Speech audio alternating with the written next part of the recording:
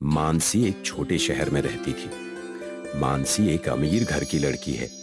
उसके माता पिता ने उसे बहुत लाड़ प्यार से पाला है। आज तक उसने सिर्फ पढ़ाई और दोस्तों के साथ घूमना फिरना ही किया था। उसकी उम्र अब शादी की हो गई थी।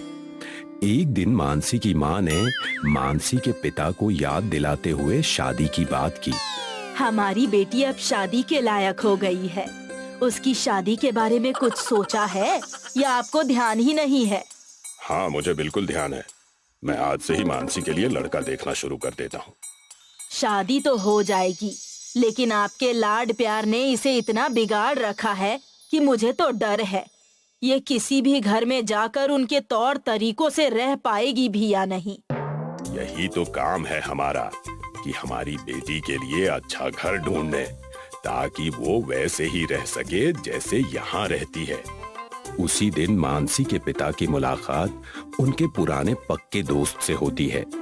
दोनों बहुत खुश होते हैं और वो उन्हें घर पर भी बुलाते हैं। घर पर वो खूब बातें करते हैं और पुरानी बातों को याद करके हंसते हैं।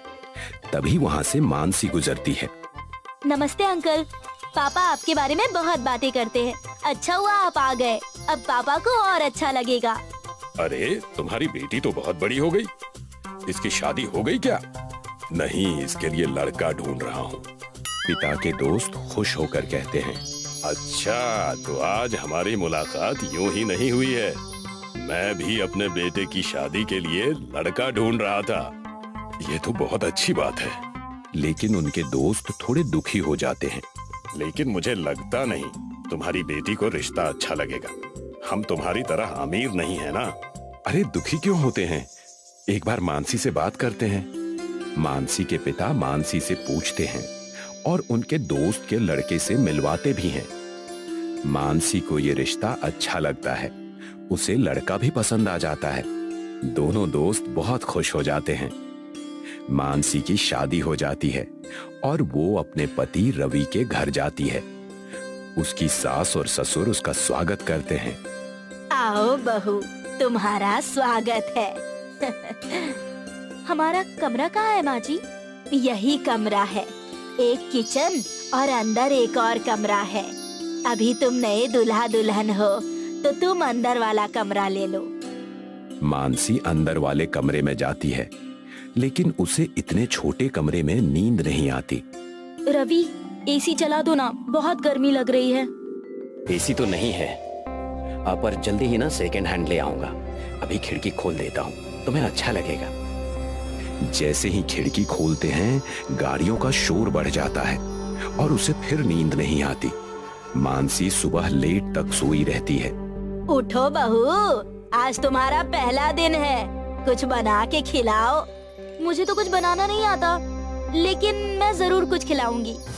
सास को लगता है वो खुद से कुछ तैयार करके खिलाएगी, लेकिन मानसी ऑनलाइन खाना ऑर्डर करके घर वालों को खिला देती है। सब खाने बैठते हैं। अरे, इसका स्वाद तो एकदम बाहर के खाने जैसा है। मुझे नहीं पता था मानसी ऐसा खाना बनाती है। हाँ बहू, बहुत अच्छा खाना बनाया है। मैंने नहीं बनाया सासू माँ, ये तो ऑनलाइन मंगवाया है। क्या? पर हमने तो तुम्हें बनाने को कहा था ना। मुझे तो खाना बनाना नहीं आता। अगले ही दिन सब सुबह जल्दी उठकर काम करते हैं, लेकिन मानसी सोई रहती है। जब बहुत वक्त हो जाता है तो सास उठा के काम में मदद करने को कहती है। बहू उठो, अब दोपहर होने वाली है। थोड़ा काम में हाथ बटा दो। काम करना तो नहीं आता, और इतना छोटा तो घर है, काम करने की जरूरत कहाँ है? कल कर लेंगे बचा हुआ काम। आज तो वैसे भी मुझे सहेलियों को शादी की पार्टी देने बाहर जाना है।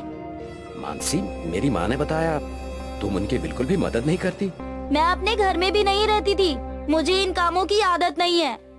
एक दिन सास को अपने मायके जाना पड़ता है। तभी सारी जिम्मेदारी मानसी पर आ जाती है। मेरे भाई की तबीयत ठीक नहीं है, उससे मिलने जा रही हूँ। तुम्हें सिर्फ 3 दिन के लिए घर का ख्याल रखना है। ठीक है, इतना तो मैं कर सकती हूँ। अगले दिन रवि ने सुबह जल्दी उठाया और मानसी से टिफिन तैयार करने के लिए कहा। मानसी उठो, मैं और बापूजी ऑफिस जा रहे हैं, जल्दी से खाना तैयार कर दो। मानसी ने सोच रखा था वो ऑर्डर कर देगी। लेकिन सुबह इतनी थी कि सब बंद था और अब उसके पास खाना बनाने के अलावा कोई और चारा नहीं था। उसने YouTube से देखकर जैसे तैसे खाना बनाया और पैक करके ससुर और रवि को दिया। दोपहर में जब उसने खुद खाया तो इतना खराब बना था कि वो खुद नहीं खा पाई। शाम तक बर्तनों पर चूहे और मक्खियां आने लगे। उसने सोचा नहीं था ये भी करना पड़ेगा, इसलिए उसने बर्तन भी धोए।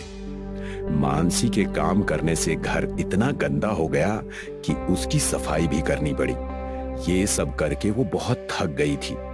शाम को जब सब घर आए तो उसे लगा डांट पड़ेगी और सब उसके खाने की बुराई करेंगे, लेकिन किसी ने उसके खाने की बुराई नहीं की। मानसी को फिर भी बुरा लग रहा था।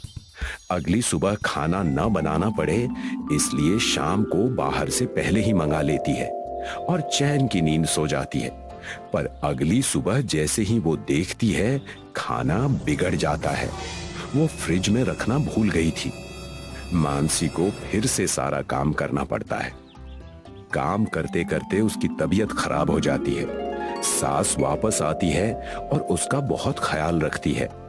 मानसी को इतना काम करने के बाद एहसास होता है कि उसकी सास को कितना ज्यादा काम करना पड़ता है, और जब तबीयत खराब होने के बाद उसकी सास इतना ख्याल रखती है और इतना खराब काम करने के बाद उसको कोई कुछ कहता भी नहीं तो उसे बहुत दुख होता है। फिर मानसी ये तय करती है कि अब से वो सास की मदद करेगी और टाइम से उठ भी जाएगी। मुझे माफ कर दीजिए सासू माँ, मुझे पता नहीं था आपको कितना काम करना पड़ रहा था। ऊपर से कितनी बार मैंने आपका काम बढ़ा भी दिया। अब से मुझसे जितना हो पाएगा मैं आपकी मदद करूंगी और खाना बनाना भी सीख लूंगी। मानसी ने ठीक होने के बाद काम करना शुरू कर दिया और धीरे धीरे खाना बनाना भी सीखा। कुछ महीनों बाद उसने अपने माता पिता को दावत पर बुलाया। अपनी बेटी को इतना बदलते देख और काम करते देख वो बहुत हैरान हुए। उसके हाथ का खाना खाकर वो बहुत खुश हुए।